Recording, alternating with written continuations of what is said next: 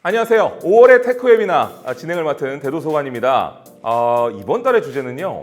우리가 늘 요즘 신문이라든지 방송 같은 데서 ESG 경영, 심지어 광고에서도 ESG 경영 하는데 뭐 대충은 뭐 환경을 생각하고 뭐 이런가 보다 알고는 있지만 정확히는 잘 모르지 않습니까? 그리고 또 ESG 경영을 통해서 여러 가지 스타트업들이 요즘 굉장히 많이 나오고 있고요. 또 근데 도대체 그런 분들은 투자를 어떻게 받아가지고 또 진행을 하는 것인가? 그리고 또 이분들한테는 또 어떤 면을 보고선 투자를 하시는 것인가? 이런 것들을 아셔야지 여러분들이 관련돼서 창업을 하시거나 뭐 준비하실 때 도움이 될 거라 생각해서 저희 5월의 테크 웨비나 주제는 대기업이 ESG 스타트업에 투자하는 이유로 준비를 했습니다. 자, 그래서 오늘은요 세 분의 투자자분들을 모시고요 어떤 생각들을 갖고 계시고 또 어떤 조언들을 해줄 수 있는지 이야기를 들어보도록 하겠습니다. 먼저 인비저닝 파트너스의 배수연 이사님이십니다. 안녕하세요. 안녕하세요. 네, 반갑습니다. 자, 그리고 HGI 이니셔티브 투자본부의 박혜민 심사역이십니다. 안녕하세요. 안녕하세요. 네, 반갑습니다. 자, 그리고 소풍벤처스 벤처 파트너 및 트리플라잇 공동 대표를 맡고 계신 이은하 파트너님 모셨습니다. 안녕하세요. 안녕하세요. 이은하입니다. 네, 세 분 반갑습니다. 네, 이게 또 귀한 발걸음 해주셨는데 오늘 좀 많은 조언들 좀 부탁드리겠고요. 제가 또 여러 가지 질문을 하겠지만 그냥 호심탄회하게 얘기해 주시면 더 도움이 될 것 같습니다. 자, 그러면 한 분씩 좀 자기 소개를 좀 부탁드려도 될까요? 그러면 우리 배수연 이사님부터 한번 가볼까요? 네. 안녕하세요. 저는 인비저닝 파트너스의 배수연이라고 합니다. 저는 처음 이제 커리어 시작은 맥킨지라는 회사에서 컨설턴트로 시작을 했고요. 약 4년 반 정도 전에 인비저닝 파트너스의 전신인 옐로우독에 입사해서 4년 반 정도 투자 업무를 진행을 해왔습니다. 네. 이게 임팩트 투자 저도 솔직히 오늘 처음 들었어요. 그래서 임팩트 투자면은 뭔가 이분들이 좀 딱 한 번에 야, 한 방, 야, 갑시다! 야, 이런 느낌으로 투자하는 건가 해서 제가 검색을 해봤는데 그게 아니더라고요. 네, 어떤 건지 좀 잠깐 설명해 주실 수 있을까요? 그래서 네. 임팩트 투자는 이제 뭐 회사마다 정의하시는 방식은 좀 다 다르실 수 있겠는데요. 네. 저 인비저닝 파트너스가 정의한 임팩트 투자는 어떤 사회적인 환경적인 문제를 해결하고자 하는 미션을 가지고 있는 스타트업에 이제 투자하는 것을 의미를 하고 이제 투자의 방식으로서 이제 사회를 변화시킬 수 네. 있는 방식의 투자를 이제 임팩트 투자라고 정의를 하고 있습니다. 그렇군요. 알겠습니다. 자세한 이야기는 좀 이따가 나눠보도록 하겠습니다. 자, 그리고 이번에는 박혜민 심사위원님 자기 소개 부탁드리겠습니다. 네, 안녕하세요. 저는 HGI의 박혜민이라고 하고요. 네. 저는 HGI에서 이제 유사하게 임팩트 투자를 하고 있는 곳이 벤처 캐피탈이기 때문에 저는 투자 심사역을 맡고 있고 동시에 이제 저희는 지속가능성위원회라는 게 있어요. 네, 그래서 거기에서 이제 멤버 중 한 명으로 활동하고 있습니다. 그래서 HGI에 대해서 좀 더 말씀을 드리자면 아까 이제 인비저닝 파트너스와 같이 임팩트 투자를 기본 철학과 전략으로 삼고 있는 그런 벤처 캐피탈이라고 보시면 될 것 같아요. 그렇습니다. 자, 참고로 뭐 TMI지만 남자친구분이 제 되게 팬이라고. 완전. 감사합니다. 남자친구분이 게임을 되게 많이 좋아하시나 봐요. 좋아요. e스포츠를 되게 좋아하고 이래가지고. 훌륭한 남자. 네. 자, 그리고 마지막으로 이은하 파트너님 자기소개 부탁드릴게요. 네, 안녕하세요. 소풍벤처스에서 벤처 파트너로 활동하고 있는 이은하라고 합니다. 저는 2014년도에 임팩트 투자 쪽에 들어왔고요. 그 전에는 삼성회계법인이라는 회계법인과 알죠. 대기업에서 활동을 했었고요. 네. 네, 소풍벤처스에서는 2019년도에 벤처 파트너로 이제 조인하면서 팀 심사나 그다음에 엑셀러레이팅 또 네. 임팩트 관련 자문을 같이 수행하고 있습니다.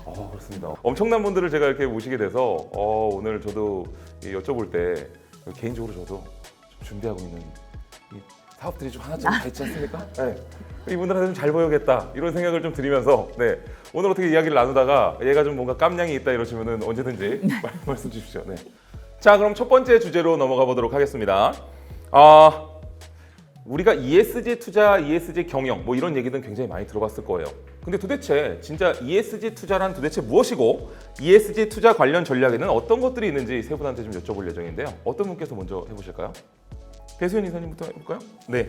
그 ESG라고 저희가 흔히 말씀드릴 때 각각의 그 ESG의 약자를 따서 환경적인 부문과 그리고 사회적인 부문 그리고 거버넌스적인 측면 이렇게 세 가지의 측면을 가지고 이 세 가지의 기준을 가지고 투자하겠다라는 것을 보통은 이제 ESG 투자라고 많이들 일컫습니다. 에코, 소셜, 거버넌트 이건가요? Environmental, Social, Governance 이렇게. 네. 에코에 비슷했습니다. 네. 네, 그래서 똑똑하시네요. 네. 농담입니다. 가시죠. 네. 네, 그래서 ESG라는 것이 사실은 굉장히 오래된 개념이고요. 네. 기존에는 이제 대부분 이제 네거티브 스크리닝이라는 개념으로 많이 쓰였습니다. 그러니까 네. 환경에 부정적 영향을 주거나 혹은 사회에 부정적 영향을 주거나 거버넌스 체계가 안 좋은 회사들은 우리 투자하지 않겠다. 네. 그렇게 네거티브 방면을 많이 쓰였다가 조금 더 점점 이제 진화를 하면서 포지티브 스크리닝 방식을 변화를 하게 됐습니다. 그래서 조금 더 환경 친화적인 기업에 투자하겠다, 혹은 네. 사회적으로 좋은 일을 하는, 혹은 좋은 서비스를 가지고 있는, 혹은 좋은 종업원 구조를 가지고 있는 회사에 투자하겠다, 혹은 거버넌스가 좋은 회사에 투자하겠다, 이런 식으로 점점 발전해 나가게 되는데, 저희 뭐 HGI나 엔비전이 갖고 있는 이런 임팩트 투자라는 것은 네. 그 ESG 스펙트럼 여러 가지를 볼 수 있겠는데 그 중에 가장 최전선에 있는 이런 것들은 적극적으로 판별해 투자하겠다라는 투자를 임팩트 투자라고 저희가 보통 일컫습니다. 그러니까 환경이나 사회를 생각하는 건 좋지만 그것으로 또 수익도 낼 수 있는 구조에 투자를 하시겠다는 얘기인 거죠. 네, 거기서 이제 임팩트 투자에도 사실은 되게 여러 가지 개념들이 네. 있는데, 이제 HGI나 저희가 하고 있는 개념 바로 말씀하셨듯이 공진성, 즉 이제 사회적인 임팩트와 그 재무적인 수익률을 같이 갈 수 있는 회사에 투자하겠다, 이런 것들을 주로 추구를 하고 있습니다. 의미가 있네요. 우리가 뭔가 환경이나 사회를 생각하는 건 좋지만 사실 그러다 보면은 뭐 전혀 비즈니스적으로 뭔가 이득이 없는 경우가 너무 많아서, 그렇게 되면은 뭐 아무도 투자할 가치가 없어지잖아요. 그 균형을 맞추면서 자연스럽게 더 좋은 쪽으로 나가자라는 거군요. ESG 경영이라는 게 그렇게 또 깊은 뜻이 있었네요. 단순히 저는 환경, 뭐 사회 이런 것만 생각하자. 네. 그래서 뭐 사회적 기업을 만들라는 건가? 이런 건 줄 알았는데 전혀 다른 이야기였었네요. 네. 자, 우리 박혜민 심사위원님, 네, 같은 주제로 또 여쭤보겠습니다. ESG 투자란 도대체 무엇이고, 그다음에 뭐 투자 관련 전략이 어떤 게 있으십니까? 그 ESG 투자 워낙 잘 설명을 해주셔서 네. 조금 이제 ESG 경영에 대해서 첨언을 해보자면 네. 이 두 가지가 좀 혼용돼서 사용되는 경우들이 요즘 많이 있는 것 같아요. 근데 이제 ESG 경영은 말 그대로 경영을 하는 기업의 입장에서 우리가 E와 SG 측면에서 이런 성과를 내고 긍정적인 영향을 미치겠다라고 하는 게 이제 ESG 경영이라고 볼 수 있을 것 같고요. 이런 ESG 경영을 잘하고 있는 기업들에 우리가 조금 더 투자를 적극적으로 하겠다라고 하는 이제 투자 방식을 ESG 투자라고 볼 수 있을 것 같아요. 그래서 아까도 이제 잘 얘기해 주셨듯이 이제 ESG를 어느 기업이 잘 하고 있는가, 뭐 예를 들어 유해 폐기물을 절감하려고 노력을 하는 기업인가, 아니면 조금 더 친환경적인 솔루션을 만들려고 하는 기업인가, 뭐 조직원들의 그 이런 인권에 대해서 되게 고려를 하는 기업인가, 이런 것들을 이제 투자 판단 기준에 반영을 하게 되는 방식입니다. 아, 조직원들에 대해서도 생각하는 부분도 ESG 경영의 일환이군요. 네, 사회와 지배 구조에 이제 이 조직원들을 어떤 식으로 대하고 이제 이 인사 체계를 관리하는가도 굉장히 중요한 영역으로 보고 있어요. 그렇군요. 자, 우리 이은하 파트너님, 어떤 전략을 갖고 계신가요? 네, 저희도 마찬가지 인비저닝 파트너스나 아니면 HGI랑 똑같이 임팩트 투자하는 회사고요. 그 관점에서 조금 사회 문제를 비즈니스적으로 약간 적극적으로 해결하려는 그런 스타트업을 네. 대상으로 투자를 해왔습니다. 그리고 이런 임팩트 투자는 사실은 ESG 투자 방식이 되게 스펙트럼이 다양한데, 아까 이제 인비정에서 말씀하신 무기, 술, 도박 이런 거와 관련된 죄악주, 소위 죄악주에 투자하지 않겠다 하는 네거티브 스크리닝부터 ESG에 대한 어떤 부정적인 리스크까지 전반적으로 경영을 잘하는 기업들을 선별해서 투자하겠다는 전략, 네. 그리고 지금 말씀하신 임팩트 투자 전략이 있고요. 임팩트 투자 전략이 ESG 전체적인 투자 전략 중에서 가장 적극적이고 가장 공격적이고 그다음에 가장 액티브한 그런 투자 전략이라고 볼 수 있습니다. 그러네요. 아무래도 이제 환경이나 사회나 뭐 인권까지도 생각을 하다 보면 돈이 더 들 수밖에 없는 거고, 그렇게 되면 이제 아무래도 이득이 줄어들 수도 있는 건데, 그런 부분들의 균형을 잘 맞출 수 있는 투자이게 되고, 또 조언 같은 것도 또 해주시는 거죠. 아, 이런 부분들이 굉장히 어려운 부분이네요. 어떻게 보면은 그냥 돈만 버는 게 쉬운데 자꾸 뭐 지키려고 하면 더 어렵지 않습니까? 말씀하시죠. 네, 그래서 소품 같은 경우는 사실은 그 소셜벤처, 사회적 기업, 뭐 임팩트 투자가 되게 생소하던 시절부터 2008년부터 시작이 됐고요. 사실은 자기 자본으로 투자를 많이 해왔어요. 네. 근데 2019년부터 이제 저희가 버전 2.0이라고 표현을 하는데, 네. 그때부터 이제 저희가 펀드를 결성해가지고 임팩트 투자를 적극적으로 하고 있죠. 네. 지금까지 한 100개 기업 넘게 투자를 했고, 다 아시는 뭐 소카, 네. 텀블벅 이런 것들을 알죠. 이런 것들을 투자를 진행해왔습니다. 그리고 최근에 저희가 조금 관심을 많이 가지고 있는 건 기후 위기거든요. 기후 위기. 그래서 기후와 관련된, 특히 환경과 관련된 부분 좀 더 포커싱해서 투자하고, 그다음에 그런 기업 기업가들을 조금 더 잘 육성하고 도와드리기 위해서 저희가 그걸 엑셀러레이터라고 표현하는데 그런 엑셀러레이트 기후 테마로 엑셀러레이팅 프로그램도 론칭을 하고요. 또 기후 분야에 좀 테크 기술을 가지고 있는 그 박사님들, 네. 연구소분들을 조금 창업 사이드로 조금 사회 문제를 좀 더 긍정적으로 해결하기 위해서 조금 더 이렇게 발굴해서 저희가 직접적으로 좀 지원해드리는 프로그램을 좀 운영하고 있습니다. 좋네요. 이게 보니까 이제 기후위기도 굉장히 또 우리가 사실은 저희 같은 일반인들은 기후위기 하지만 이게 체감을 못 하거든요. 그냥 올해는 왜 이렇게 더워? 이 수준이거든요. 근데 그런 부분들을 누군가는 지켜줘야 이제 앞으로도 우리가 잘 살 수 있는 거지. 안 그러면 뭐 아마게돈 오는 거 아닙니까?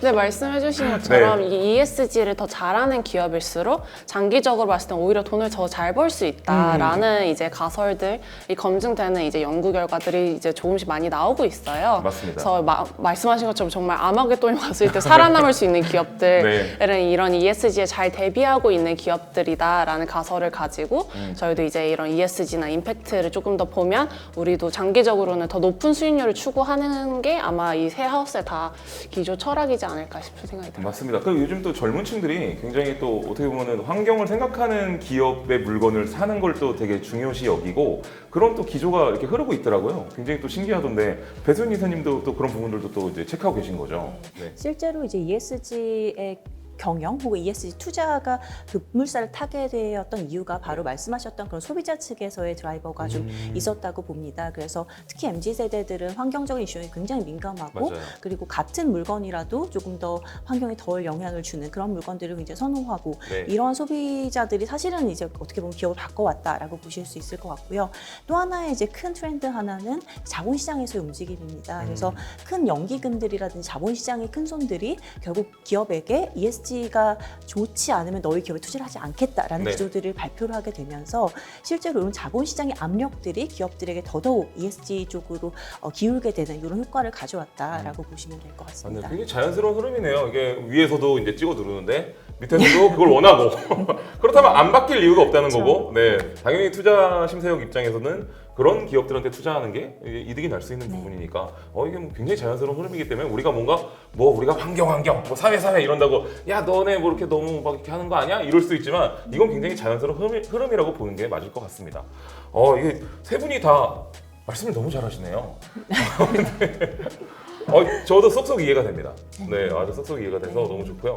자, 혹시 뭐 이 부분에 대해서 더 추가로 말씀하시고 싶은 거나 하는 부분이 있습니까? 네, 저희 회사 소개를 조금 더 드리고 싶은데요. 사실 인비저닝 파트너스가 이제 작년부터 소풍벤처스와 마찬가지로 굉장히 기후변화 영역에 좀 집중을 하고 있습니다. 네. 그러니까 저희가 기본적으로 크게 4가지 영역, 즉 기후변화, 그리고 교육, 그리고 미래 노동, 웰니스 이렇게 4가지 영역에 집중적으로 투자를 해왔는데 작년에 이제 아예 기후 변화를 주목적으로 하는 펀드를 새롭게 이제 론칭을 하게 되었습니다. 네. 그래서 말씀하셨듯이 기후 변화가 워낙에 심각하지만 이 기후 변화를 완화시킬 수 있는 어떤 기술들을 가진 기업들에 대한 투자는 더욱더 절실하다고 저희가 판단이 되어서 그렇죠. 앞으로 이제 저희가 더욱더 열심히 투자를 할 수 있도록 그 특화 펀드를 좀 조성을 했고요. 네. 이 펀드를 통해서 사실은 ESG를 원하는 기업들과 좀 더 연계를 더 많이 해드리고자 하는 이런 목표를 가지고 사실은 그 설정을 했습니다. 네. 좋습니다. 혹시 뭐 박혜민 심사위원님도 회사의 자랑을 좀 더 해야 되지 않겠습니까? 저 대표님이 시키신 지금, 게 있어가지고 네, 너무 지금 보니까 자랑 안 하셨어요. 네. 힘을 드리겠습니다. 네. 네. 그래서 저도 회사 얘기를 좀 해보자면은 HGI도 이제 크게 투자 테마를 잡고 있어요. 네. 그래서 Sustainable Planet, Sustainable People, 그리고 Sustainable Community 이렇게 3가지 테마를 잡고 그 내에 해당하는 이제 뭐 환경, 바이오, 교육 이런 기업들을 투자를 하고 있는데요. 저희가 이제 이렇게 테마식으로 보는 이유가 아무래도 사회 환경 문제들이 다 되게 엮여 있는 경우들이 많은 것 같아요. 그래서 뭐 최근에 이런 팬데믹도 기후 변화에 영향을 받았다는 가설들이 있는 만큼 되게 다양한 영역에서 이제 저희가 HGI 할 때 H가 홀리스틱이거든요. 네. 다양한 영역들에 홀리스틱하게 투자를 하고 있고 이제 그렇기 때문에 저희도 이제 뭐 바이오에 특화된 펀드, 기후 위기에 특화된 펀드를 좀 다양하게 나누면서 이제 그 펀드 간의 이제 시너지를 좀 도모하고 있습니다. 좋네요. 스타트업 준비하시는 분들도 요즘 굉장히 많아지고 있고 또 특히나 ESG에 관심이 많아서 ESG 관련 뭐 스타트업을 준비하시는 분들도 분명히 있을 텐데 이분들이 굉장히 궁금해하실 것 같아요. 현재 투자 시장에서 ESG 스타트업에 투자하는 주체는 도대체 누구인가요? 그 투자자들은 그리고 어떤 이유로 ESG 스타트업에 주목하고 또 어떤 방식으로 투자를 진행하는지 이런 부분들에 대해서 좀 얘기해 주시면 재밌을 것 같습니다. 이번에 어떤 부분부터 갈까요? 우리 뭐 이은하 파트너님부터 가볼까요? 네. 이번에는? 네. 그 ESG 스타트업에 투자하는 주체는 정말 다양합니다. 저희 전통적으로 아까 말씀드린 저희 임팩트 투자 기관뿐만 아니라 네. 최근에는 벤처 캐피탈, 자산운용사 그리고 대기업까지 임팩트 투자를 하고 있고요. 심지어는 이제 고액 자산가를 포함한 네. 개인도 이제 임팩트 투자 이제 펀드 결성할 때 참여하시면서 그렇게 참여를 하시고 계시고요.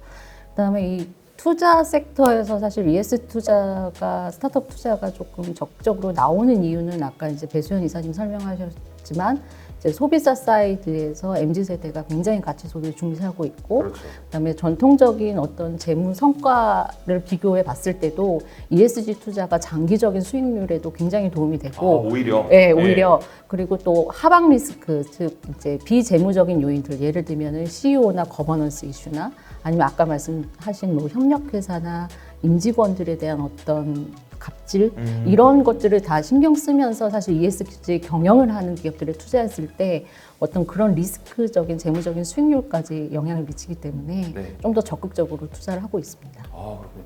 이게 뭐 진짜 이야기를 들으면 들을수록 앞으로 그렇게 나아가지 않을 수 없는 방향이네요. 굉장히 뭐 훌륭한 방향인 것 같고 뭐 이거를 반대한다는 건 솔직히 있을 수가 없는 일일 것 같다는 느낌입니다.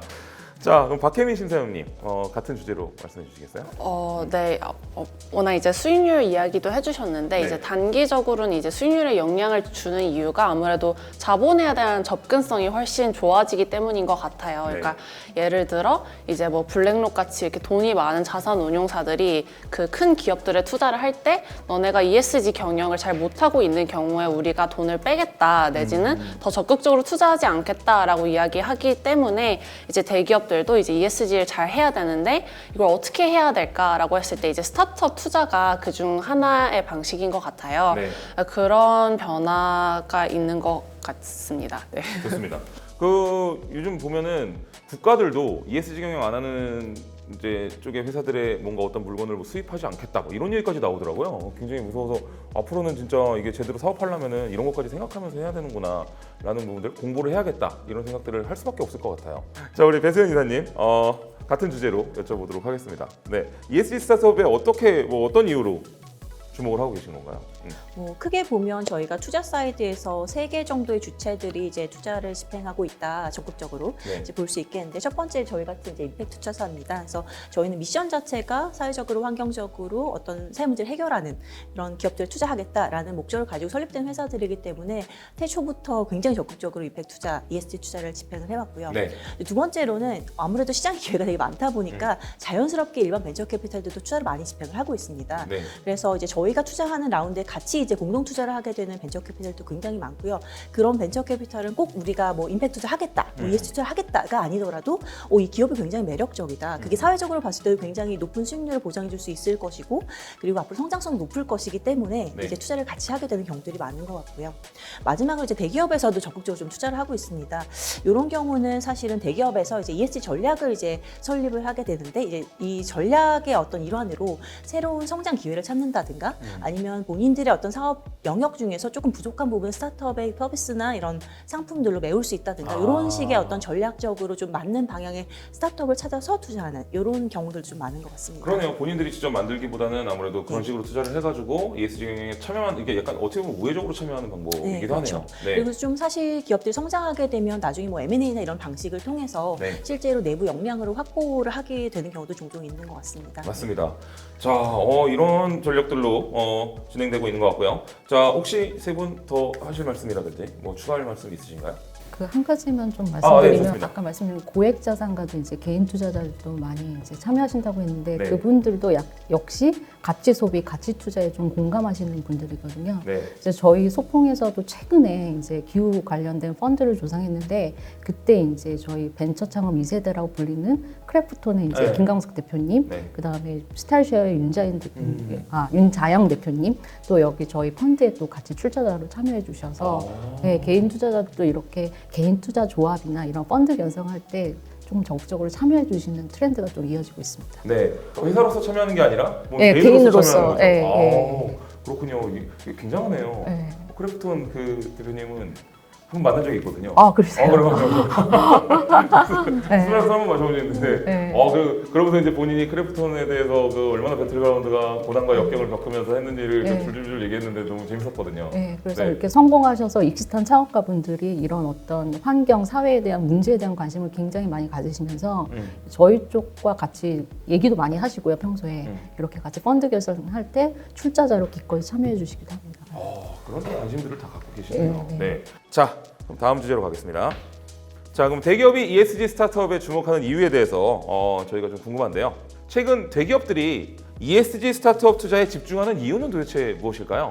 이번에는 우리 박혜민 심세영님부터 한번 같이 말씀 나눠볼까요? 네, 아까 이제 인비전 훈닝 파트너스에서 잘 이야기를 해주신 것처럼 이제 기업들도 ESG 경영을 해야 되는 네.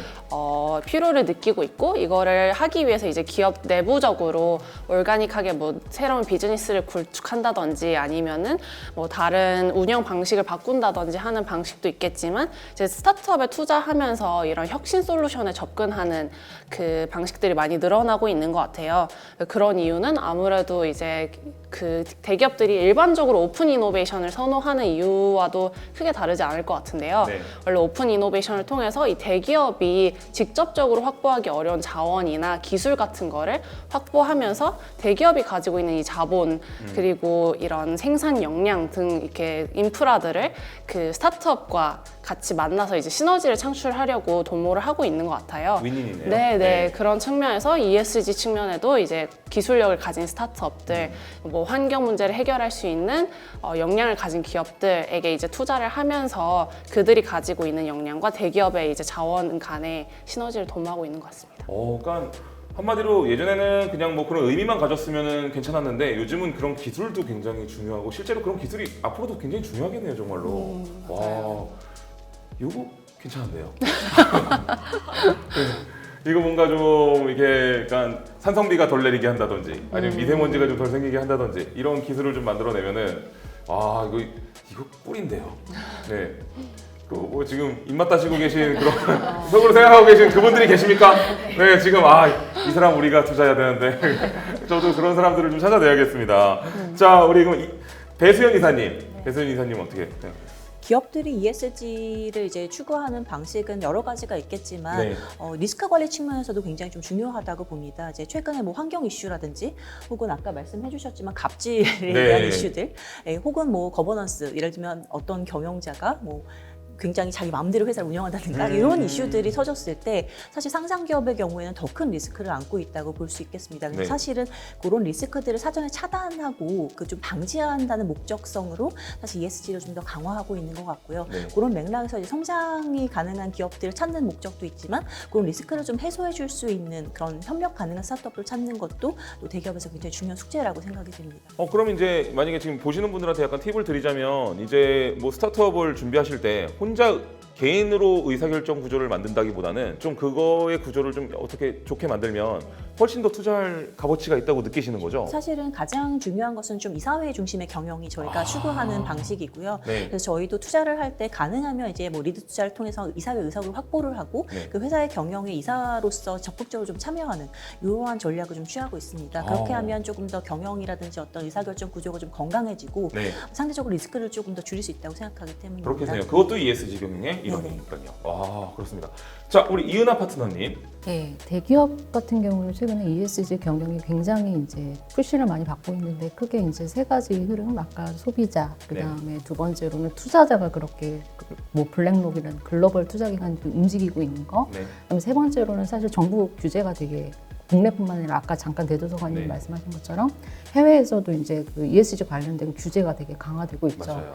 그리고 전통적으로 우리나라 대기업 같은 경우는 뭔가 신사업을 하고 뭔가 동력을 찾을 때 사실은 굉장히 내부적으로 그걸 막 연구해서 이렇게 해왔는데 최근엔 그 속도를 따라갈 수 없는 거죠. 그러네요. 기술 발전 속도라던가 워낙 관심 가야 되는 분야가 되게 다양하고 네. 하이테크 요구하고 그러다 보니까 기업의 그 가치사슬 내에서 좀 시너지가 날 수 있는 그런 기업들을 전략적으로 조금 인수합병한다던가 네. 투자를 하거나 협업을 하던가 아까 전에 말씀하신 것처럼 좀 부정적인 제품의 가치사슬 안에서 부정적인 사회 환경적으로 부정적인 효과가 발생하는 그런 것을 좀 경감시키기 위한 어떤 스타트업들의 협력하고 투자하는 그런 트렌드가 조금 강화되고 있는 것 같습니다. 대기업이 그러니까 ESG 스타트업에 투자하는 이유도 어떻게 보면 또 생존과도 연결이 돼 있네요. 네, 아무리 뭐 돈이 많고 뭐 힘이 있어도 이제 본인들이 지금 다 할 수 있는 역량이 될 만큼 지금 사회가 이제 녹록치 않은 거죠. 네, 굉장히 많은 부분에 관심도 있어야 되고 아까 말씀하신 것처럼 진짜 기술력도 뛰어나야 되니까. 그래서 스타트업에 투자할 수밖에 없군요. 이런 좋은 스타트업들을 찾고. 네. 그리고 우리나라도 뿐만 아니라 해외에서도 굉장히 기술 기반의 스타트업들이 굉장히 다양하게 나오고 있고 생태계도 많이 적용이 확대가 되고 있어서 네. 그런 어떤 기회들이 좀 많아지고 있는 것 같습니다. 아 그렇군요.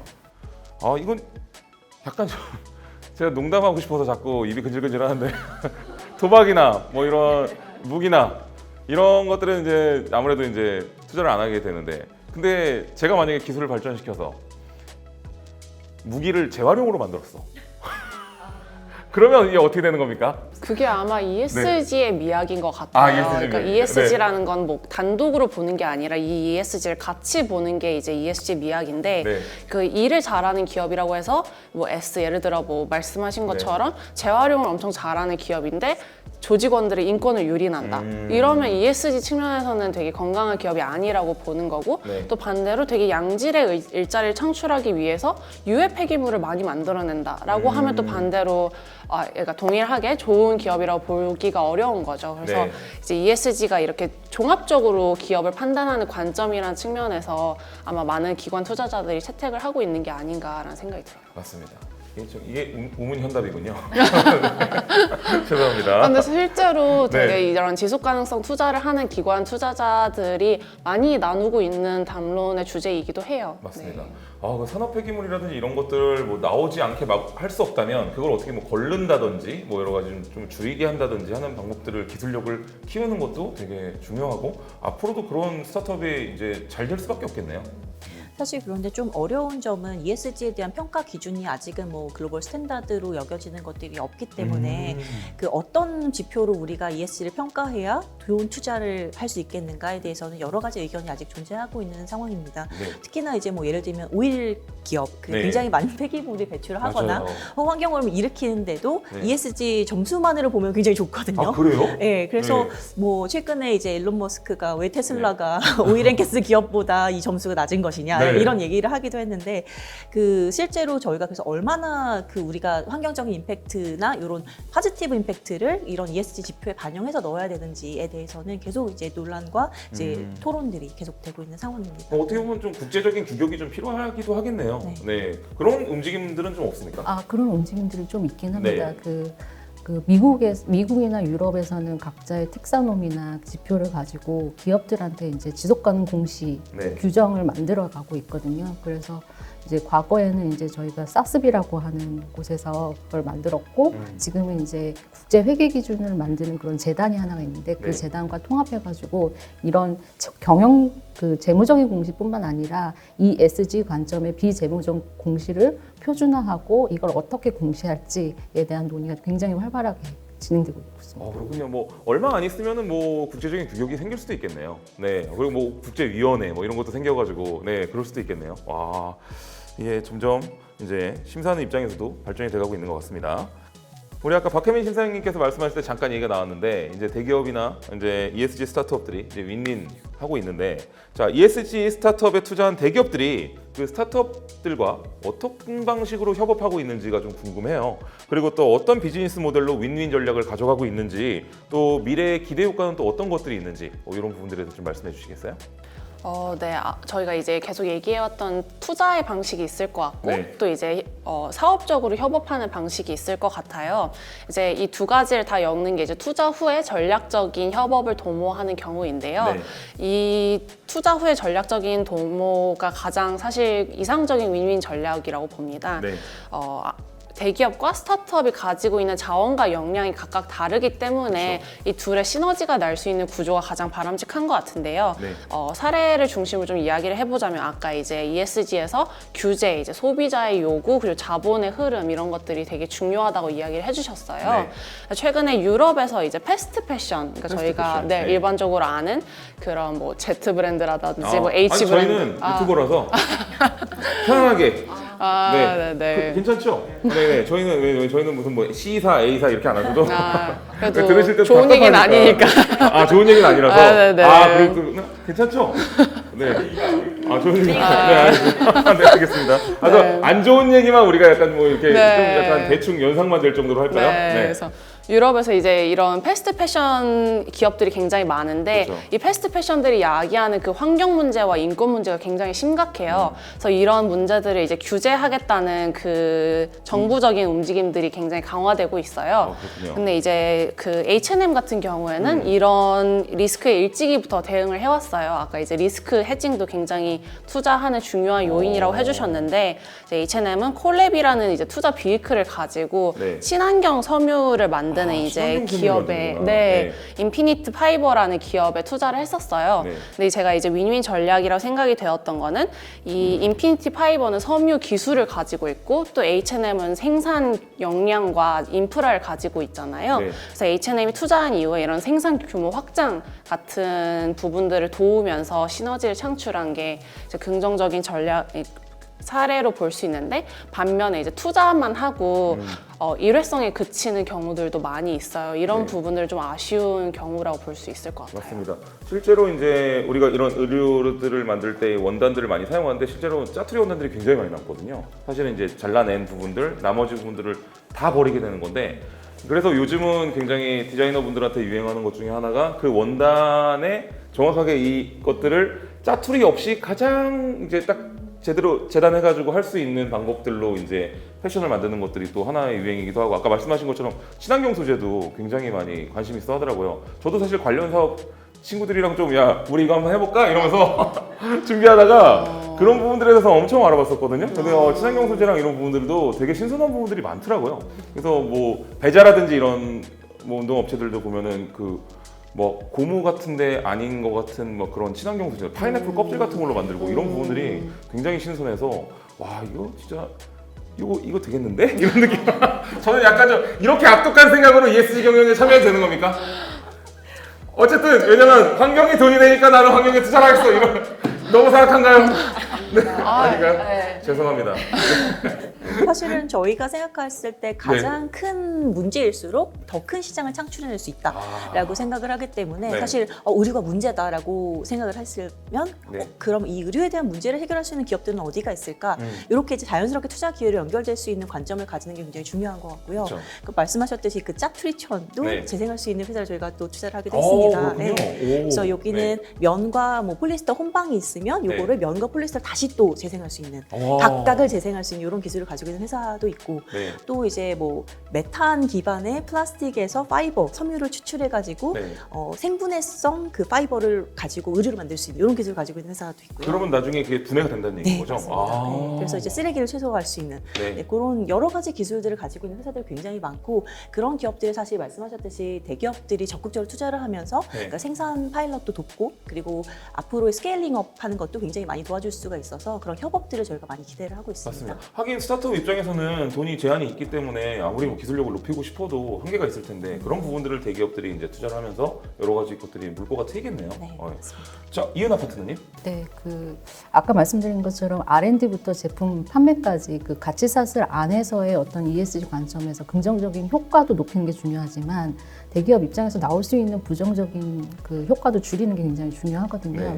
네. 저희가 소풍에서 이제 작년인가 투자한 그 회사 이름이 리아베스트라는 회사인데 리아베스트. 예, 거기는 푸드 업사이클링 하는 스타트업이에요. 네. 예를 들어서 이제 맥주를 생산하거나 식혜를 생산하고 나면 나오는 그 부산물 찌꺼기들. 식품 찌꺼기들을 네. 가지고 그거를 이제 에너지바 형식으로 만들어서 업사이클링 하거든요. 그걸 네. 에너지바로 만드는구나. 네, 그걸 에너지 그러니까 우리 그 FAO에서는 그 식품의 그 생산 과정에서 발생되는 그 쓰레기만 해도 30%가 넘는다고 그래요. 네. 네.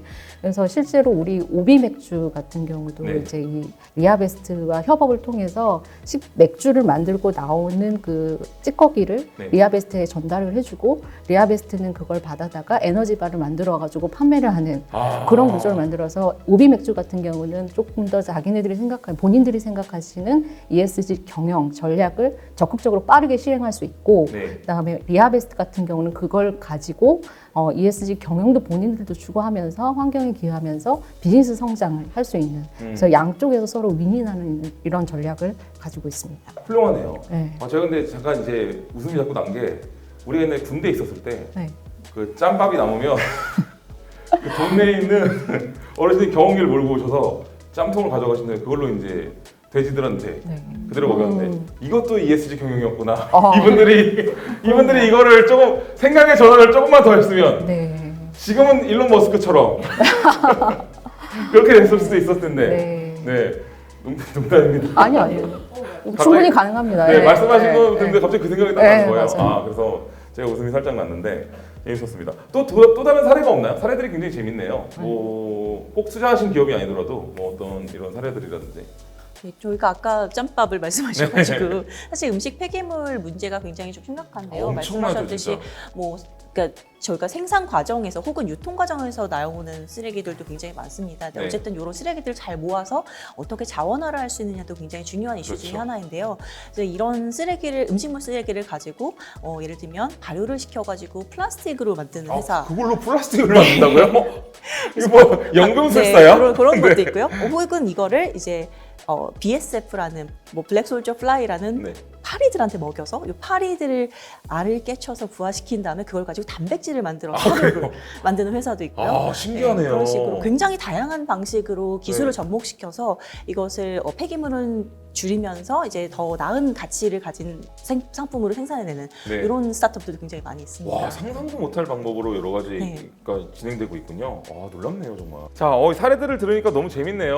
혹시 이은하 파트너님은 또 뭐 없으십니까? 네, 아까 말씀하신 그 단백질 얘기를 좀 이어받아서 네. 저희가 이제 투자한 위미트라는 회사가 있는데요. 거기가 이제 사실은 그 축산업, 공장식 축산업 같은 경우는 환경에 미치는 영향이 되게 안 좋거든요. 맞아요. 토지 사용, 물 이용, 그 다음에 그럼요. 탄소 배출. 거기에다가 축산 그 고기를 육류를 많이 섭취하면 사실 건강에도 사실 안 좋고. 그렇죠. 그래서 최근에 이제 떠오르는 게 대체육 맞아요. 스타트업입니다. 그래서 저희가 그 위미트라는 회사를 투자했는데 여기는 버섯으로 치킨 후라이드를 만들어요. 버섯으로요? 네. 그래서 버섯으로 만드는데 그 치킨의 그 식감 네. 이런 것도 거의 그 닭가슴살의 그 식감이 표현이 된다는 거죠? 표현이 돼서 네, 실제로 거짓말! 그게 된다고요? 진짜? 네, 그래서 에어프라이어에 돌려서 간단하게 드실 수도 있고요. 네. 그 이후에도 사실은 꿔바로우 잘 아시는 꼬바로우를. 네, 그것도 버섯으로 이제 기술적으로 구현을 하셔서 와. 네, 그 식품을 만들고 계시는 회사에 저희가 투자를 했었습니다. 네. 제가 뉴욕 갔을 때 이제 임파서블 버거라고 네. 그 쇠고기, 네. 소고기는 그렇게 대체육으로 만든 걸 먹어보긴 했는데 닭고기는 처음이네요. 네. 와, 그 식감 어떨지 저도 너무 궁금하네요. 네, 꼭 한번 드셔보십시오. 지금 사람 먹을 수 있는 거예요? 그럼요, 인터넷에서 주문 가능하십니다. 아, 그래요? 한번 네. 먹어봐야겠습니다. 네. 신기합니다. 혹시 또 없으십니까? 또 박혜민 대체육 투자하셨다는데 이제 저희는 배양육을 배양육? 하는데 이제 네. 그 고기를 말씀하신 것처럼 이제 대체육 기간 이런 식물성으로 만들 수도 있지만 네. 이제 랩실에서 이제 셀을 그 배양해가지고 네. 고기를 만드는 기술을 가진 기업이 와. 이제 시위드라는 기업이에요. 신기하네요. 그래서 저희가 이제 시위드에 투자할 때 굉장히 긍정적으로 봤던 부분은 아까 이제 말씀해주신 것처럼 이제 재활용 무기를 만들면 안 되는 것처럼 이 배양육을 만드는 과정에서도 탄소가 배출이 되고 자원 남용이 일어날 수 그렇죠, 있잖아요. 근데 이제 이 시위드라는 기업은 그런 생산 과정에서 우리가 탄소 배출을 최소화하기 위해서 재생에너지를 쓴다든지 네. 아니면 자원 효율화를 한다든지 하는 그런 구체적인 마일스톤을 저희에게 공유를 해주셨어요. 네. 그런 방식으로 정말 지속 가능성을 극대화하려는 그 전략을 가지고 있는 기업이어서 그런 부분에서 굉장히 긍정적으로 판단하고 또 기술력도 워낙 이제 고기에 가까운 네. 그 결과물을 만들어내고 있는 기업이어서 오. 네, 투자하게 되었어요. 신기하네요. 네. 그건 이제 우리가 세균들을 학대시켜서 만드는 거죠? 세포들을 세포들. 네, 아, 세포들. 세균이라고 해서. 세포들. 네. 굉장히 이게 ESG 경영 쪽으로 가니까 이 사례들을 들으니까 정말로 듣도 보도 못한 그런 엄청난 상상력과 이런 게 없으면 못 만들었을 것들이 나오네요. 되게 재밌는 부분이고 이 부분들을 또 사례들을 여러 가지 찾아봐도 재밌는 게 많이 나올 것 같습니다. 네. 아쉬운 것도 있으십니까? 더 얘기하고 싶으신 것들? 나 이런 것도 안다? 저희는 네. 대기업과 협력 사례가 이제 좀 아무래도 이 주제이다 네. 보니까 맞습니다. 저희 투자하는 회사 중에 에스레바시아라는 회사가 에스레바시아? 있습니다. 네. 네. 여기는 이제 항온을 굉장히 오랫동안 유지시켜줄 수 있는 네. 냉장 냉동 박스를 제조하는 아, 회사인데요. 작년에 코로나가 대유행이었을 때, 뭐 네. 재작년부터였죠. 그 코로나 운송, 백신 운송 음. 박스를 제조해서 굉장히 성장이 두드러졌었던. 아, 네, 그 박스를 제조하시는 네, 분들이에요. 네, 이 회사가 또 하고 있는 다른 점은 이제 그 백신뿐만 아니라 이제 일반적인 푸드, 수산물이나 축산물에도 쓸 수 있는 네. 굉장히 온도를 항온으로 오래 오. 유지할 수 있는 이런 박스를 제조를 하고 있는데요. 기존에는 이게 모두 다 스티로폼 박스에 그렇죠. 쓰였습니다. 근데 이거는 다회용기로 쓸 수 있는 그 네. 플라스틱 박스를 이용하는데요. 좋다. 이게 굉장히 오랫동안 온도가 유지가 되다 보니까 뭐 예를 들면 항공 운송을 한다거나 네. 아니면 뭐 전기차로 이제 냉장 냉동차로 배송을 할 때도 굉장히 에너지를 절감하면서 오. 운송을 할 수 있다는 장점이 있어요. 훌륭하네요. 네, 그래서 이제 현대차에서도 사실 이런 점에 좀 주목을 해서 투자를 하게 되었고, 네. 그리고 나중에 이제 전기차로 이제 전환이 모두 다 되었을 경우에 네. 전기차의 그 에너지를 최소한으로 쓰면서 냉장 냉동 배송을 할 수 있는 이런 오. 프로젝트들을 또 같이 좀 진행하기도 하고 있습니다. 아니 그럼 나중에는 화물차의 크기가 좀 더 이제 물론 저기였지만 훨씬 더 거기서 나오는 뭐 매연이라든지 네. 뭐 여러 가지 것들이 뭐 폐기물 같은 게 안 나오겠네요. 궁극적으로 전기차로 전환이 되게 된다면 네. 어쨌든 이 차는 친환경차가 될 테고 그 안에 있는 운송조차도 이제 별도의 냉동 냉각 장치가 그렇게 크게 많이 필요 없이 항온으로 유지할 수 있는 이런 프로젝트들을 또 같이 진행하고 있기도 맞습니다. 합니다. 이게 뭔가 무조건 다 스티로폼 박스 이런 거다 보니까 이거는 어떻게 뭐 처리하기가 되게 힘들었는데 네. 정말 좋은 아이디어네요. 훌륭합니다. 자, 우리가 이렇게 사례들을 말하니까 이게 정말 오늘 하루가 끝나지 않을 것처럼 재밌는 사례들이 많네요. 이거 ESG 경영 하니까 뭔가 좀 재미없을 것 같다. 막 이런 생각들을 가지신 분들, 뭔가 아니면 지루할 것 같다 이렇게 생각하시겠지만 사실은 ESG 경영을 위해서 우리가 고민을 하다 보니까 정말 듣도 보도 못한 아이디어나 창의력 있는 아이디어들이 막 나오고 그런 기술들 그리고 예전에는 별로 쓸모 없었을 것 같은 기술들이 지금은 또 굉장히 대두되고 있고 이런 부분들이 신선하고 와 재밌네요. 네, 저도 더 찾아보고 준비 하나 해서 연락드리겠습니다. 꼭 연락 주시죠. 네, 연락 주시죠. 자, 그러면 이제 앞으로도 이런 ESG 스타트업에 대한 주목도가 높아질까요? 그리고 또 뭐 특히 단기적으로 혹은 장기적으로 ESG 가운데 어떤 분야에 있는 스타트업에 대한 관심이 더 높아질까요? 저 이게 너무 궁금해요. 제가 준비해야 되니까. 이번엔 누구부터 말씀하실까요? 이번엔 뭐 배수연 이사님부터? 네. ESG라는 것은 결국 궁극적으로 기업의 장기적인 생존에 필수적이라고 생각이 듭니다. 그래서 이 중요성은 사라지지 않을 것이라고 생각이 되는데요. 이제 단기적으로 봤을 때는 사실은 바로 이제 눈에 보이는 효과들 그리고 증명할 수 있는 것들이 좀 중요하기 때문에 아무래도 기후 변화와 환경 관련된 이슈들이 크게 각광을 받을 것이라고 생각이 듭니다. 그렇겠네요. 실제로 기업들에서도 친환경적인 움직임들을 굉장히 많이 보여주고 있고요. 네. 장기적으로 봤을 때는 사실은 큰 사회 문제들, 특히나 이제 불평등이라든지 여러 가지 국민들의 격차들을 해소할 수 있는 그런 것들 이제 비즈니스로 해결할 수 있는 스타트업에 대한 관심들이 점점 더 높아질 것이라고 생각이 되고요. 이 큰 시장, 큰 문제에서 또 큰 시장이 창출이 되기 때문에 네. 그러한 어떤 새로운 시장 기회를 파악하고 또 창출해 내려오는 기업들에 대한 관심들이 장기적으로 더 높아지지 않을까 생각이 듭니다. 맞습니다. 근데 확실히 사회 문제를 뭔가 비즈니스화하기는 좀 쉽지가 않을 것 같긴 해요. 네. 예를 들면 이제 노인 문제를 생각을 네. 해보시면 앞으로 이제 국내만 해도 굉장히 많은 노인들이 생겨날 것이고 엄청나죠. 네. 이분들에 대한 부양 의무라든지 이런 것들이 굉장히 심각해질 것이다 네. 라고 모두가 인식을 하고 있지 않습니까? 그렇다면 이러한 문제를 어떤 방식으로 풀어낼 수가 있을까? 이런 문제를 잘 고민해서 잘 해결할 수 있는 스타트업이 결국에 그 큰 시장을 다 장악하면서 더 큰 성장을 이뤄낼 수 있을 것이라고 생각을 하는 거죠. 그래서 예를 들면 그렇네요. 노인분들을 위한 뭐 의료 서비스, 네. 노인분들을 위한 간병 서비스, 혹은 뭐 케어홈 이런 네. 것들을 주목하고 있는 스타트업들이 점점 많아지고 있고요. 사실은 이런 곳에 이제 투자를 하게 된다면 앞으로 이 노인 인구의 성장과 함께 더 큰 시장 기회가 만들어낼 수 있지 않을까 맞아요. 그렇게 생각을 하고 있습니다. 이 실버 사업도 괜찮네요. 네. 그럼 같은 질문을 또 드리도록 하겠습니다. 우리 박혜민 심사위원님, 또 앞으로도 어떤 분야에 있는 스타트업에 대한 관심이 높아질까요? 말씀해주신 것처럼 이제 사회 문제가 큰 영역일수록 아마 이제 대기업들의 관심도가 높아져서 그런 스타트업들에 대한 투자가 늘어날 것 같고, 이제 장기적으로는 대기업들이 이제 대면해야 되는 비용 문제들이 있어요. 예를 그렇죠. 들어 유럽향으로 그리고 이런 선진국향으로 이제 제품을 우리가 수출을 많이 하잖아요. 그럴 때 이제 탄소 국경세를 매기게 될 맞아요. 수도 그 있다고. 얘기 되게 많이 나오더라고요. 네.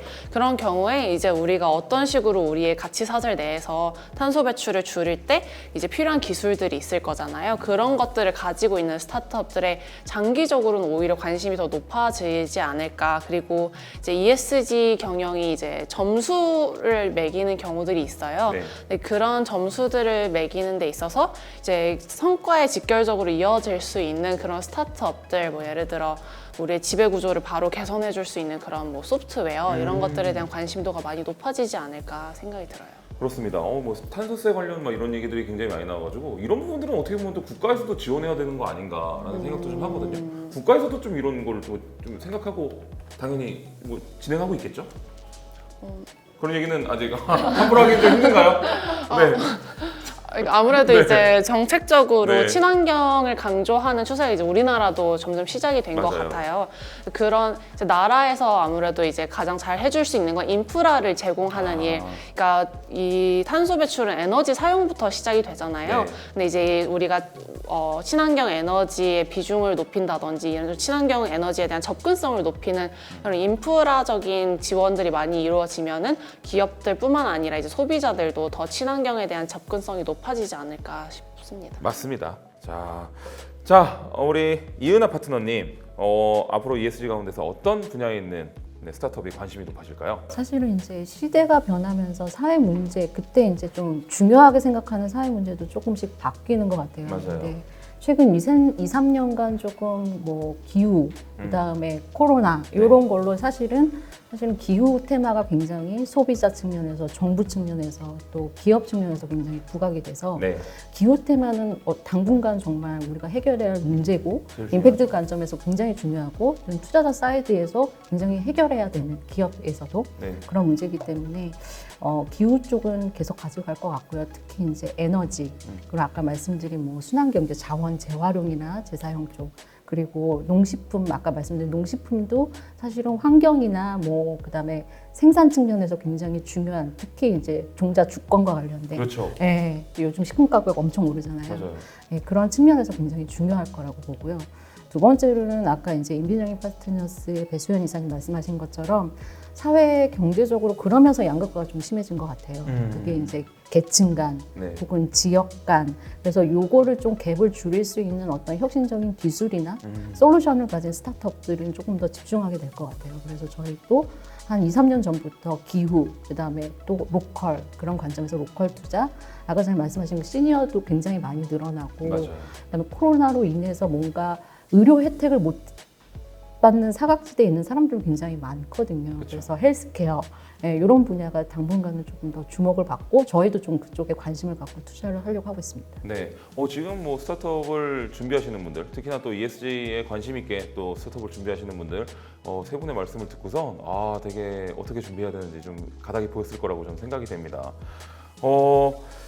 지금 보면은 ESG 경영은 제가 봤을 때는 뭐 이제 우리 인류가 나아갈 수밖에 없는 방향인 거고, 네, 이제 거기에 맞춰서 우리가 무슨 일을 할지를 이제 생각해야 되는 거고, 지금 인도 보니까 인도는 거의 뭐 45도, 50도, 예, 이렇게까지 거의 사람이 살 수 없을 정도로 온도가 올라가더라고요. 이게 어떻게 보면 환경의 영향 아니겠습니까?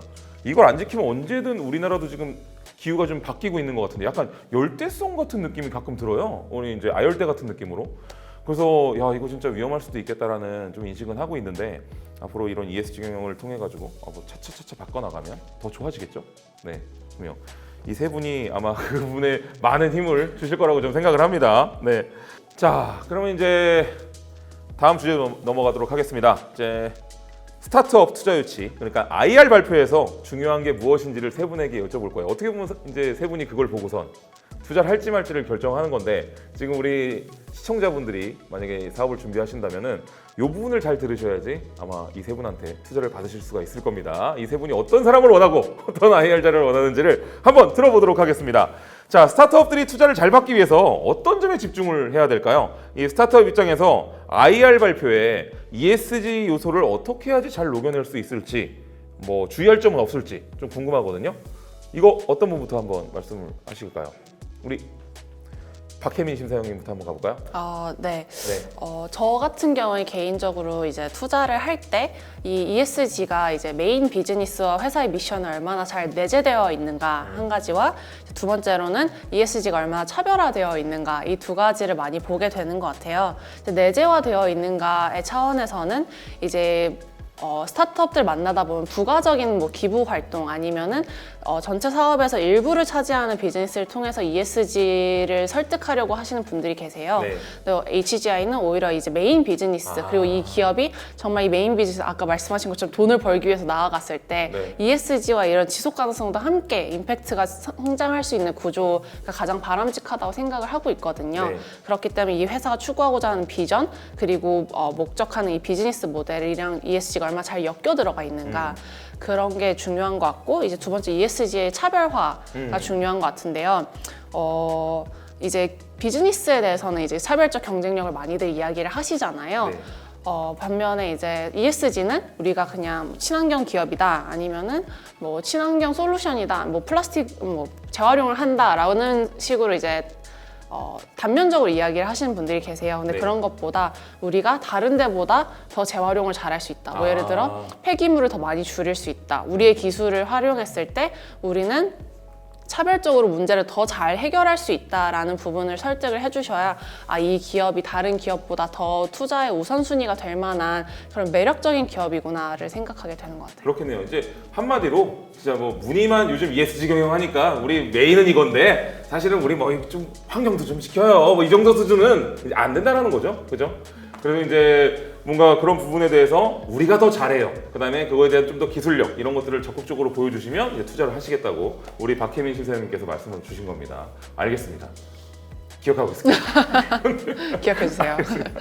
자, 그럼 우리 이은하 파트너님 어떠십니까? 네, 저희도 뭐 비슷한 것 같아요. 임팩트 투자사로서 일단은 기본적으로 저희도 투자를 하기 때문에 네. 시장의 문제를 어떤 문제를 해결하고 고객들한테 어떤 비즈니스로 서비스와 제품을 전달할 건지 그다음에 거기에 대한 차별성은 무엇 건지 이건 기본적으로 보고요. 네. 거기에 이제 말씀하신 것처럼 임팩트나 ESG 관점이 이제 추가적으로 들어가죠.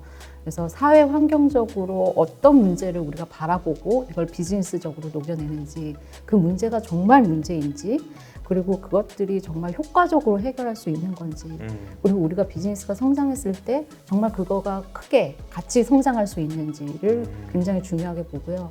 그래서 문제 정의부터 비즈니스, 그다음에 우리가 가지고 있는 역량이 거기에 부합하는지 네. 전체적인 맥락이 조금 일맥상통하게 연결이 되면은 저희가 조금 더 적극적으로 투자를 합니다. 뭐 마지막에 되게 중요한 부분인 것 같아요. 그러니까 우리는 이거 할 수 있다. 근데 역량은 아직 좀 안 돼. 이렇게 말만 하는 거는 안 된다라는 거죠. 네, 충분히 역량도 갖추고 이걸 실제로 할 수 있어야 그다음에 뭐 투자를 하고선 더 크게 만들던가 하는 거니까요. 이게 그냥 뻥카막 삽입하시면 안 됩니다. 아시겠죠? 네. 아까 전에 말씀하신 것처럼 약간 요즘에 이제 ESG 경영이 워낙 투자자 사이드에서 대두가 핫하니까 네. 약간 마케팅적으로나 혹은 IR 측면에서 그냥 일시적으로 부분적으로 ESG 내용을 갖다가 붙이시는 경우가 있어요. 네. 그래서 저희 같은 경우는 그런 부분을 조금 ESG 워싱이라고 그래서 조금 더 적극적으로 봅니다. 정말 이 대표님과 이 팀이 네. 사회 환경적인 그런 리스크나 아니면 긍정적인 효과에 대해서 진정성 있게 철학을 가지고 운영하는 건지 그리고 꾸준히 이거를 계속해 나갈 의지가 있는 건지가 굉장히 이제 중요한 포인트 중에 하나죠. 아, 그러네요. 이제 그 상부 조직의 그 어떤 철학 그런 부분들까지도 얘기해 보면 나오거든요, 사실은요. 네, 그냥 단순히 마케팅 팀에서 대충 대표님 여기 ESG 이거 아시죠? 네, 환경 보호한다고 하세요. 이러면서 우리 애들이 환경을 이렇게 보호한다고 이렇게 해봐야 소용이 없다는 겁니다. 네, 정확하게 철학을 갖고 말씀을 하셔야지 이제 투자가 들어올 수 있겠죠. 우리 시청자분들 꼭 기억하십시오. 자, 우리 배수연 이사님은 어떻게 생각하십니까? 사실 저희도 같이 유사한 철학들을 공유하고 있다라고 보시면 될 것 같아요. 네. 근데 저희도 ESG 이전에 이제 비즈니스적으로 굉장히 탄탄한 회사인가 네. 그것들을 먼저 판별하는 과정들을 좀 거칩니다. 이제 너무 시장이 작다거나 혹은 이 비즈니스 모델을 충분히 스케일업하기 어렵다거나 네. 이런 경우에는 사실 투자 검토가 조금 어려울 것 같고요. 이제 기본적인 비즈니스 모델 잘 갖췄을 경우에 이제 두 번째로 저희가 판별하는 기준이 공진성입니다. 이제 다들 말씀하셨듯이 저희가 예를 들면 이 회사가 성장함에 따라서 임팩트 사회적 환경적 문제를 해결할 수 있는 그런 역량들이 같이 상승할 수 있는 회사들을 저희가 적극적으로 찾고 있고요. 네. 만약에 이 회사가 성장을 하지만 약간 그거에 따라서 임팩트는 안 좋아질 수 있거나 혹은 성장함에 따라서 부차적인 임팩트로 사실은 환경적이거나 사회적 문제를 해결한다거나 이런 경우에는 저희가 가능하면 이게 임팩트가 조금 희석될 가능성이 있기 때문에 네. 두 가지가 공존할 수 있는 이런 모델들을 좀 적극적으로 찾고 있고요. 그래서 이것을 통해서 저희가 변화 이론들을 만듭니다. 네. 이 기업의 상품과 서비스가 어떻게 사회나 환경 문제를 해결할 수 있는지 이것들이 굉장히 명확해졌을 때 저희가 보통 투자를 집행하게 됩니다. 그러네요. 이게 그냥 대충 보는 게 아니라 정말로 꼼꼼히 보시고 특히 이 ESG 부분들에 대해서도 굉장히 꼼꼼하고 철학을 갖췄는지까지 다 보시는군요. 네. 예, 그냥 설렁설렁 준비했다가는 안 되겠네요. 그러니까 제가 아는 여자애가 한 명 있는데 걔는 정말로 그 생활 자체가 ESG예요. 그러니까 정말 채소 먹고 신발도 이렇게 그 배자 같은 약간 재활용 친환경, 이런 거 신고 네. 친환경 신고 이렇게 다니는 거 보니까 제가 약간 반성하게 되더라고요. 나는 쓸 거 다 쓰고 한 다음에 남들 앞에 얘기할 때는 우리 환경 항상 우리 시청자분들이 얘기할 때는 환경 중요합니다. 여러분 환경을 지키셔야 돼요. 이렇게 했는데 약간 그게 좀 제가 부끄럽게 생각되더라고요. 그래서 저도 조금은 지킬 수 있는 것들은 최대한 지키려고 노력을 하는 편이고 그런 부분들을 보면서 확실히 이런 철학을 갖추는 것부터가 ESG 경영의 시작이구나 라고 생각이 됩니다. 세 분 이거 얘기 들으니까 이거 뭐 사업 준비하고 싶은 마음이 망하는 마음인가요? 이거? 저희는 사실은 굉장히 더 많은 창업가들이 네. 이러한 큰 환경적이고 사회적인 문제를 풀기 위해 도전해 주셨으면 좋겠어요. 맞습니다. 네, 그러면 더 큰 문제들이 더 잘 해결될 수 있는 기회가 더 많아질 것이고 네. 그럼 사실은 사회가 더 변화할 수 있는 기회들이 또 생긴다고 생각하거든요. 맞습니다. 저도 이제 젊은 친구들한테 항상 이제 얘기하는 게 창업하기 좋은 나라가 되고 또 여러분들이 많이 창업을 하셔야 되는데 이제 우리나라 같은 경우는 좀 창업하기 좀 굉장히 좀 어렵잖아요. 그래서 저번에 뭐 대통령에게 말한다 뭐 이런 거를 찍으러 왔더라고요. 그래서 좀 뭘 말하세요? 그래서 창업하기 좋은 나라가 됐고, 네 청년들이 창업에 실패하더라도 좀 리스크가 덜한 나라가 됐으면 좋겠다. 네, 이런 부분들이 이제 분명히 더 좋은 사업가들을 많이 만들어내고 또 그러면 이제 투자하는 맛이 있으시지 않겠습니까? 그죠? 제일 기분 좋으실 때가 언제예요, 사실은? 저 같은 경우는 이제 투자했었던 회사가 성장하고 그 성장에 맞춰서 이제 대표님들도 같이 성장하시는 모습을 봤을 때 네. 그때가 굉장히 또 감격스러운 순간들인 것 같습니다. 그렇군요. 저는 투자하고 대박 났다. 좋을 것 같았는데 너무나 현담이 나와서 놀랐는데 네 그렇죠. 대박 나면 좋죠. 네, 일단 대박은 기본으로 나고 이제 이분들도 같이 성장하고 너무 일석이조 아니겠습니까? 저도 그럴 수 있습니다. 저도 그럴 수 있어요. 네 성장하겠습니다. 다음에는 제가 친환경으로 중무장에서 나타나도록 하겠습니다. 근데 정말 대도서관님 같은 다양한 분들이 네. 다양한 방면에서 이 문제를 해결하기 위해 접근을 해주셔야 이 정말 큰 사회 환경 문제들이 해결될 수 있다고 보거든요. 그래서 맞습니다. 정말 다양한 관점과 아이디어를 가진 사람들이 정말 실행에 옮길 수 있는 기반이 필요하다고 생각이 돼요. 맞습니다. ESG 경영 이거 재밌네요. 네, 흥미롭습니다, 굉장히. 자, 이 부분에 대해서 혹시 더 말씀하실 게 있을까요? 조금 저희가 환경에 조금 네. 포커싱이 되어가지고 잠시만요. 말씀을 하셨는데요. 네네. 그 아까 이제 보람된 네. 그런 케이스를 좀 설명해 달라고 하셔가지고 네. 조금 환경 외에도 좀 추가적으로 설명드리면 좋습니다. 저희가 그 동구밭이라는 회사에 투자한 동구밭 동구밭. 네, 동구밭 화수원길 네, 동구밭 아카시아 꽃이 활짝 죄송합니다. 네, 말씀. 동구밭이라는 회사에 네. 투자한 적이 있는데요. 그 회사 같은 경우는 굉장히 특이해요. 처음에 이제 발달장애인 대상으로 발달장애인들이 성인이 돼서 네. 이제 직업을 가지려면은 되게 제한적인 직업만 가져요. 진짜 힘들 것 같아요. 네, 근데 이제 그분들 같은 경우는 그 제한적인 직업을 가지는 게 여러 가지 요인이 있지만 사실은 사회성의 이슈도 좀 있거든요. 맞아요, 그래서 맞아요. 동구밭 같은 경우는 성인 그 발달장애인 대상으로 이제 그 대학생 청년들과 같이 붙여가지고 1대1로 붙여서 동구밭이라는 텃밭을 가꾸면서 사회성을 이렇게 키워주는 네. 역할을 해주셨어요. 근데 그 밭들을 좀 많이 하다 보니까 잎채소들이 많이 나오잖아요. 네. 한꺼번에. 그러니까 이걸 어떻게 처리할 수가 없는 거예요. 그래서 그걸 가지고 친환경 비누를 만들었어요. 네, 그래서 그 비누를 만들고 공장을 처음에 이제 설립할 시점에 저희가 투자가 들어갔는데 네. 근데 이거 친환경 비누를 만드는 이 제품이 너무 좋은 거예요. 화학 첨가제도 안 들어가고 그다음에 그 텃밭에서 만든 걸 바로바로 이제 생산하니까 네. 그래서 그 밭에서 나오는 그 채소를 가지고 비누를 만들다 보니까 그 비누가 굉장히 많이 팔리게 된 거죠. 오, 네, 또 그래서 원하는 사람들이 또 요즘 젊은이들이 또 그런 거 네, 그런 거 굉장히 좀 또 많아지고 바라니까요. 그다음에 네. 대기업에서도 처음에는 CSR 관점에서 조금 하시다가 네. 약간 ESG 경영 차원에서 상생 뭐 이런 관점에서 또 같이 이제 뭐 이마트에도 입점돼 있고 네. 예, 그런 식으로 지금 성장해가지고 저희가 작년 기준으로 한 매출 100억이 와. 넘어갔고요. 그리고 발달장애인들 그렇게 사회성 교육이 된 발달장애인들을 네. 그 공장에 또 계속 고용하면서 친환경 제품을 만들고 그다음에 발달장애인도 지속 가능하게 경제 생활할 수 있도록 도와주고요. 그다음에 또 더욱 뿌듯했던 거는 네. 그 회사가 배당을 해준다고 어. 저희한테 투자를 했는데 네. 그 연락이 왔더라고요. 배당도 많이 해요. 배당도 해주고 네. 저희가 괜찮다고 하는데 그래도 처음 투자자이고 네. 이런 같이 투자를 해주시는 역할에 저희가 성장할 수 있었다라고 말씀해 주시면서 배당을 해주시는 그런 케이스도 있습니다. 아 정말로 ESG 경영이네요. 네. 네, 사회적인 부분들도 해결이 될 수 있는. 오늘 이 얘기 들으니까 이제 많은 걸 또 깨닫게 됩니다. 네, 자 우리 박혜민 심사위원님은 혹시 뭐 뿌듯한 거 없으셨어요?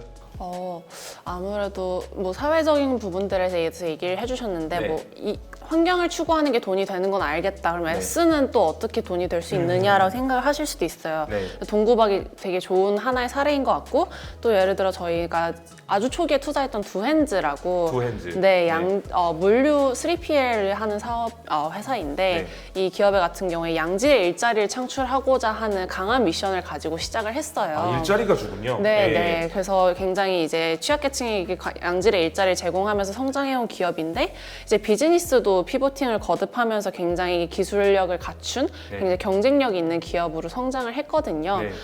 저희가 S가 중요한 이유, 그러니까 되게 양질의 일자리와 사회적인 부분들을 고려해야 되는 이유는 요즘 인재 구하는 게 전쟁이잖아요. 아, 그럼요, 인재 전쟁. 네, 근데 요즘 이런 인재들도 굉장히 미션을 공감할 수 있는, 그래서 내가 정말 열정을 가지고 일할 수 있는 기업들을 찾고 있는 것 같아요. 맞아요. 그래서 이런 사회적으로도 미션을 가진 위대한 기업이 되어야 위대한 인재들을 모시고 올 수 있다 저희가 많이 말씀을 드리거든요. 네. 그래서 이런 부분들에서 조직원들이 공감할 수 있는 사회 환경 문제를 해결해 나가는 기업이 되면은 오히려 기업에도 진짜 성장에 도움이 되지 않을까 하는 생각이 들어요. 어떤 얘기인지 알겠네요. 요즘 특히 젊은 층들이 사실은 이제 오랫동안 회사를 다니지 않고 이제 짧은 기간을 다니면서 이제 여러 가지 경력들을 쌓잖아요.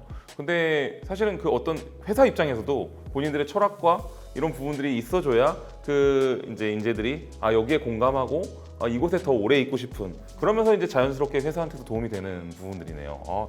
이게 여러 가지로 도움이 많이 되네요. ESG 경영이라는 게. 훌륭합니다. 아까도 얘기가 나왔지만 뭐 ESG 워싱, 그러니까 뭐 자기들이 사실은 원하는 건 딴 데 있는데 그냥 대충 요즘 ESG가 유행이니까 대충 좀 이렇게 하나 좀 첨가하자, 이 정도로는 이제 안 된다는 거죠. 그러다 보니까 이제 뭐 위장 환경주의, 뭐 ESG 워싱 이런 우려도 나오는데요. 대기업 등 투자자들이 바라볼 때 뭐 이런 스타트업들 IR 발표를 할 거 아닙니까? 이때 대기업들이나 투자자 입장에서 어떤 걸 눈여겨봐야 될지 이런 부분들에 좀 조언이 좀 필요할 것 같습니다. 뭐 높은 기준의 스타트업을 발굴하는 기준이나 혹은 본인만의 노하우 좀 알려주실 수 있겠습니까? 뭐 어떤 분부터 해볼까요? 뭐 이은하 파트너님 어떠십니까? 네, 그 아까 전에 잠깐 드린 것 같은데요. 네. 그 사회 문제나 비즈니스를 바라보는 그 대표님의 관점, 그러니까 사회 환경 문제를 어떻게 해결하겠다라는 그 관점과 철학이 되게 중요한 것 같아요. 맞아요. 아까 말씀드린 것처럼 ESG 경영이 일시적으로, 부분적으로 해야 될 게 아니라 꾸준히 사실 하는 게 굉장히 중요하고 네. 그런 측면에서 ESG 워싱을 방지하는 효과가 있으니까요. 그래서 내가 하는 비즈니스가 긍정적인 효과를 만들어내는 것도 중요하지만 네. 비즈니스 하는 과정에 있어서의 부정적인 리스크는 혹시 없는지, 부정적인 영향은 없는지에 대해서 한 번 더 생각해보고 그거에 대한 어떤 뭐 경감하기 위한 전략이나 방법들을 그 대표님이나 아니면 팀원들이 고려를 하고 있는지를 네. 한번 확인해 보는 게 굉장히 중요할 것 같아요. 예를 들어 스타트업 같은 경우는 성장하는 게 굉장히 빠르게 성장하는 게 되게 중요한데 그거를 중요성을 가치를 조금 집중하다 보면 임직원들이나 이런 분들의 인권이나 근로 환경을 좀 경시한다던가. 그럴 수 있죠. 예, 예. 네. 그래서 제품 생산, 서비스 생산 과정에서 내가 에너지, 친환경 에너지 산업을 집중한다고 해서 거기 과정에서 나오는 어떤 부정적인 영향들을 네. 배제한다던가 이거는 좀 좋은 모습은 아닌 것 같아요. 맞습니다.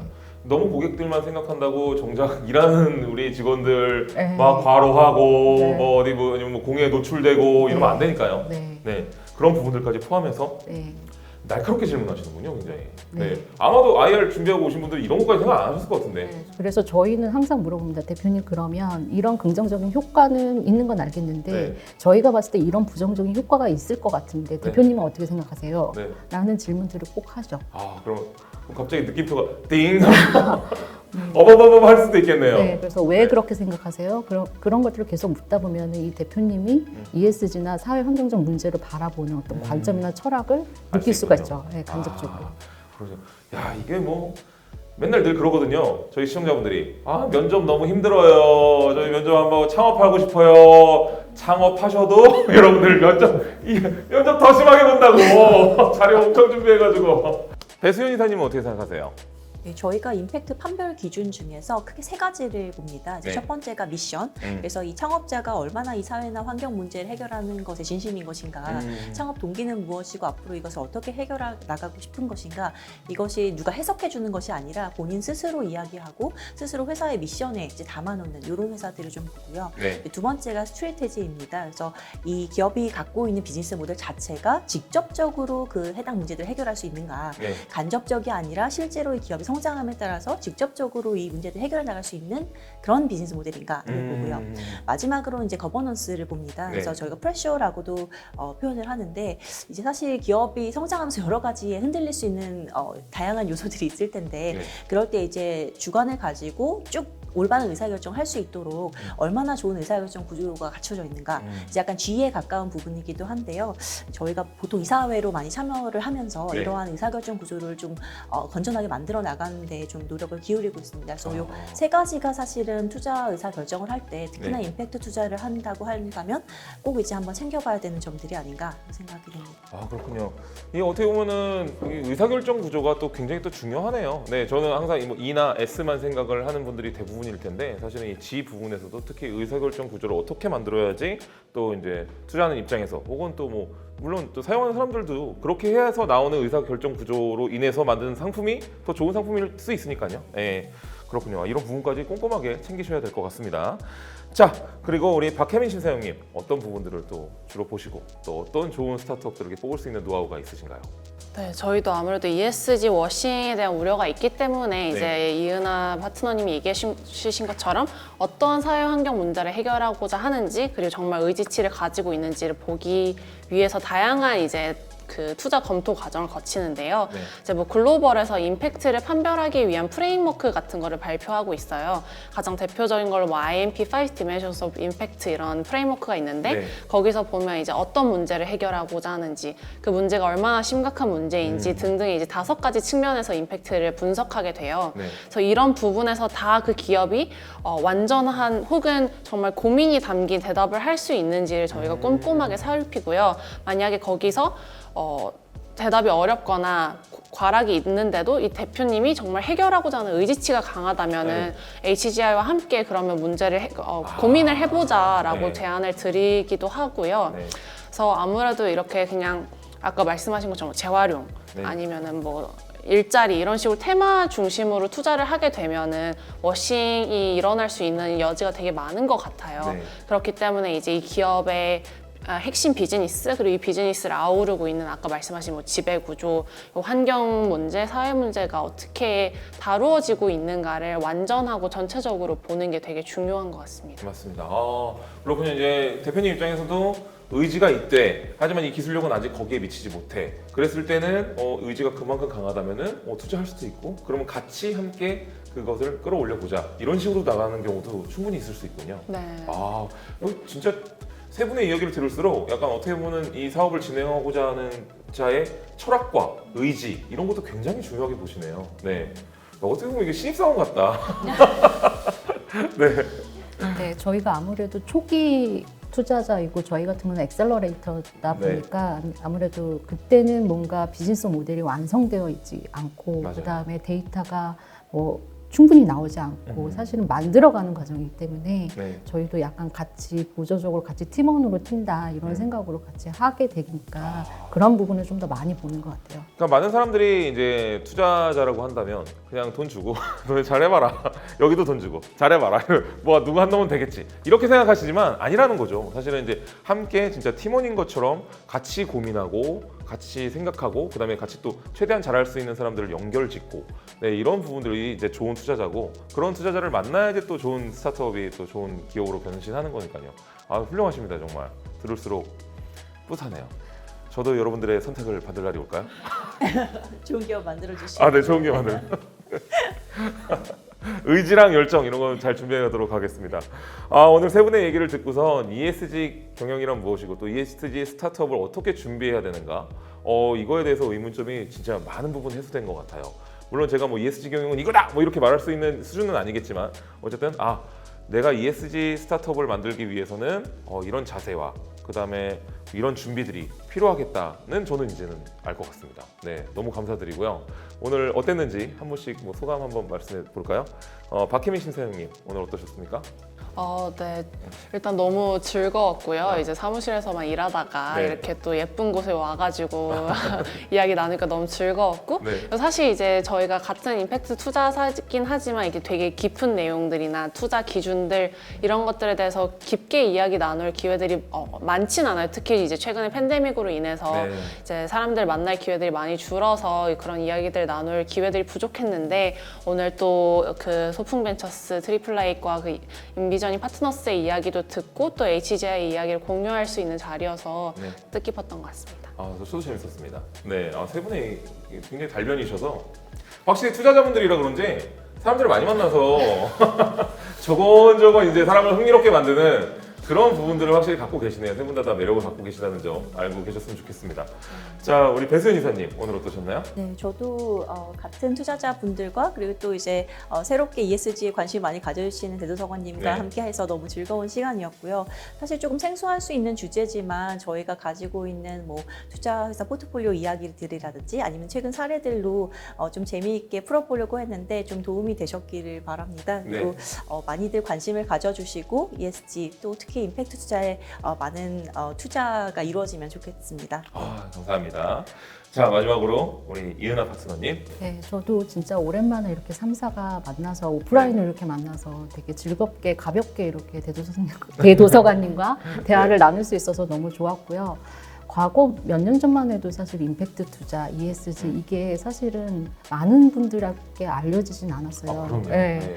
근데 이게 최근에 들어와서 많은 분들이 공감하고 관심을 가지고 이게 약간 주류화가 되어가는 네. 그런 시장이다 보니까 앞으로 진짜 소비자분들뿐만 아니라 투자자분들 많은 분들이 좀 더 관심을 가지고 꾸준히 지켜봐 주시고 그다음에 또 창업을 준비하시는 분들은 저희 소풍벤처스도 많이 찾아주셨으면 좋겠습니다.